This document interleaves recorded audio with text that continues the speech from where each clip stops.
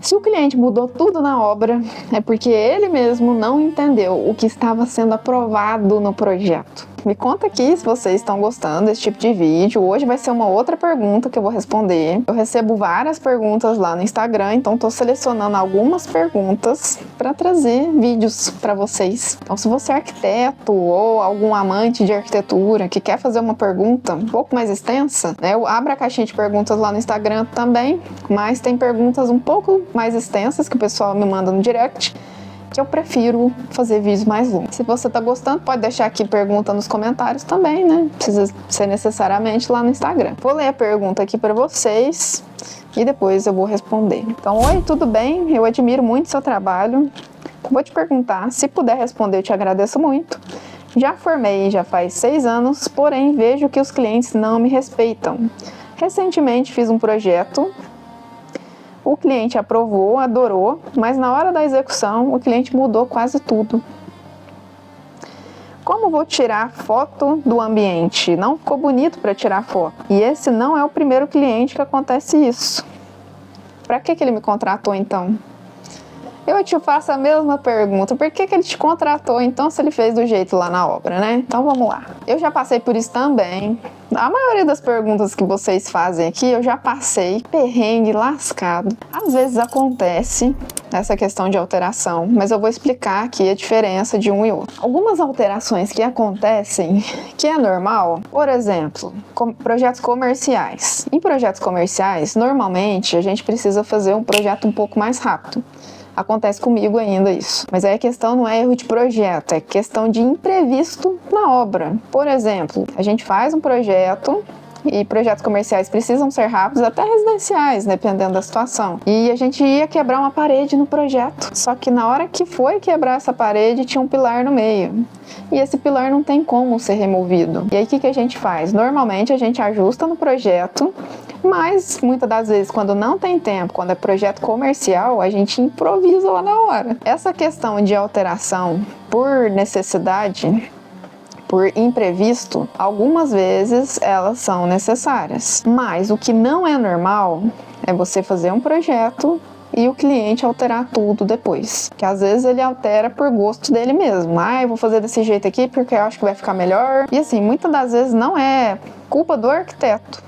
É questão de filtro de cliente. Eu, por exemplo, já consigo identificar quando um cliente é muito indeciso. Uma coisa é cliente exigente. Cliente exigente, ele, muitas das vezes, ele pode até ter dúvida, mas ele confia em você e ele sabe o que é. Agora, o problema é cliente indeciso. Esse tipo de cliente indeciso, ele nunca sabe o que ele quer. E o maior vilão que os arquitetos têm hoje é o Pinterest. Porque você faz o projeto para o cliente, né? O cliente te manda várias referências, e às vezes referências que não bate nada com nada. Então você tem que adivinhar o que o cliente quer. Literalmente, você tem que abrir uma bola de cristal, assim. Porque tem cliente que a gente faz o briefing, a gente sai com um briefing detalhado desse cliente.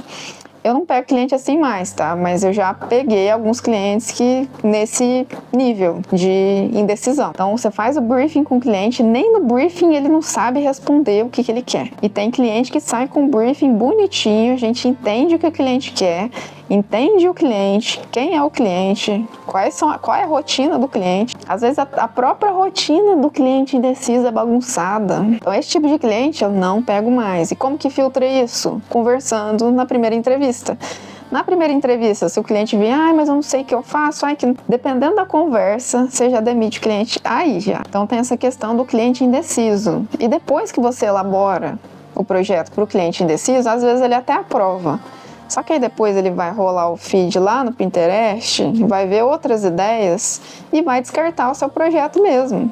Não por culpa sua, mas é culpa dele mesmo, o cliente é indeciso. O segundo tipo de cliente, que é aquele cliente que acha que o seu projeto é só uma sugestão, ele não tem que seguir o seu projeto. Tem cliente que acha que o projeto, o arquiteto vai fazer um projeto ali, um projetinho ali pra mim, né? Que não é algo que vai solucionar um problema dele pra ele na obra, e ele vai entender que isso é só uma sugestão e vai alterar tudo na obra depois. Porque na cabeça do cliente, ele nunca fez uma obra na vida dele, nunca fez uma reforma, e ele vai entender que ele pode alterar aquilo lá na obra depois, né? Como que filtra cliente assim? conversando com o cliente. E a questão aqui não é só conversar com o cliente, é o posicionamento. Você precisa explicar os processos do seu escritório para o cliente. O projeto funciona assim, assim, assim. Para que serve um projeto? Às vezes tem gente que nem sabe para que um projeto serve, para que um arquiteto existe. O próximo é aquele cliente que ele compra só a estética do seu projeto e ele não compra o processo. Então, o projeto, para ele sair idêntico ao 3D, ele precisa passar por um projeto técnico. E esse projeto técnico lá na obra, quem vai seguir esse projeto técnico são os profissionais. Então, eletricista, pedreiro, carpinteiro, né, seja o que for, eles vão seguir o que está no projeto. Bons profissionais, né, porque os maus profissionais tem essa questão de alterar projeto também, depois eu vou entrar nisso também. E outro problema também, que é muito grave, é o cliente ficar indo na obra. O cliente vai lá na obra e aí ele fica, olha o projeto e olha lá na realidade. Cara, será que isso vai caber? Será que isso vai funcionar mesmo? Pensando lá na obra, falando, não, acho que eu vou fazer diferente aqui, acho que vai ficar melhor. É desse jeito. Então é o cliente que não entende o valor do projeto, né? Não é só questão estética, é uma questão técnica. Outro problema muito grave que acontece, que já aconteceu várias e várias vezes comigo, e se eu não tomar cuidado, acontece de novo, que é a questão de profissionais darem palpite no projeto. Esse aqui eu vou contar e eu fiquei muito nervosa com a situação. A cliente, ela me procurou para fazer uma reforma na cozinha dela e na sala, certo? Aí eu fiz o projeto, ela falou, Maíra, eu não quero mudar a bancada da cozinha, porque a bancada tá bonita, e tava mesmo, eu não quero trabalhar com azulejo, eu só quero fazer a parte de marcenaria e fazer algumas melhorias, né, em parte mais estética, eu não quero mexer com obra, né, eu quero obra mais limpa. Tudo bem, respeitei a posição da cliente, né, ela não queria alterar a geladeira de lugar, ela não queria alterar o layout, porque o layout funcionava para ela, então eu fiz o projeto com base no que ela me pediu, fiz o briefing, conversei com a cliente, falei, funciona dessa forma, funciona e tal. E fiz o projeto, a cliente amou o projeto. E na hora da execução, essa cliente foi contratar um cara mais em conta, mais barato. E esse cara, ele tinha 3 empresas, uma marcenaria, uma serralheria e uma marmoraria. E aí no processo de desenvolvimento lá da obra, esse cara que inicialmente era para fazer só a marcenaria, ele deu palpite no projeto, falou que o projeto não estava bom, porque era melhor colocar o fogão em tal lugar, a geladeira em tal lugar, e só que a cliente não queria a obra, ela não queria isso. Aí eles me ligaram, né? O profissional me ligou, na verdade, e ele indagou isso, falou, é muito melhor trocar pedra. Por quê? Porque ele queria vender a pedra para o cliente, não precisava, a pedra estava nova. E aí ele queria mudar a marcenaria para acrescentar a serralheria, porque ele também trabalhava com serralheria, cara. Justamente para vender o produto dele, ele passou por cima, né, da ética, não tem ética nenhuma.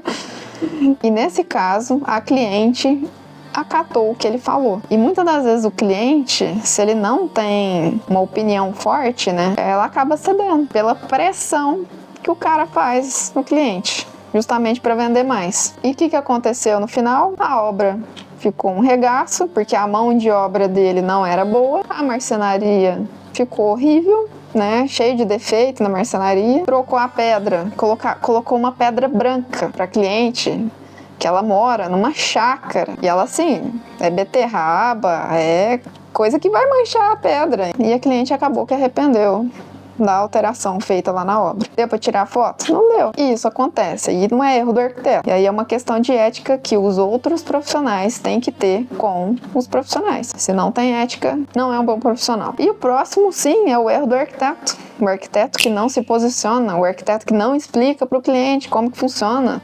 Se o arquiteto explicasse, né, às vezes o cliente é leigo, ele não entende, e o arquiteto não explica. Para que serve um projeto? Você precisa ter um relacionamento com o seu cliente. Você precisa entender o cliente, você precisa entender a rotina do cliente, explicar como que funciona o seu trabalho, como que funciona o seu escritório. E o cliente, ele não respeita o arquiteto que não se posiciona. Se você não se posiciona desde o início, desde a primeira conversa, o cliente literalmente vai fazer o que ele quer. E isso é comportamento humano. Sim, a gente precisa estudar o comportamento humano. nós arquitetos não somos só arquitetos, a gente precisa estudar outras questões da vida também. E outra coisa que acontece também, que aconteceu recentemente comigo, é quando o projeto envolve mais de uma pessoa, vários sócios, várias pessoas de uma família. Quando isso acontece, você faz o projeto e lá na hora do briefing, lá na hora da apresentação do projeto, você já vê que tá dando briga, porque as pessoas, elas têm pensamentos diferentes. Fica muito complicado nesse caso. Eu fiz uma obra comercial recente, gigante, com vários sócios, cada um pensa de uma forma. O projeto saiu, teve alteração, mas não alterou questão estética. O projeto, ele tá intacto. Você olha o projeto e a realidade, tá intacto. Eles mudaram algumas coisas, mas 6 cabeças pensando diferente, pode ocorrer alguns ajustes na obra, mas nesse caso é normal, tá?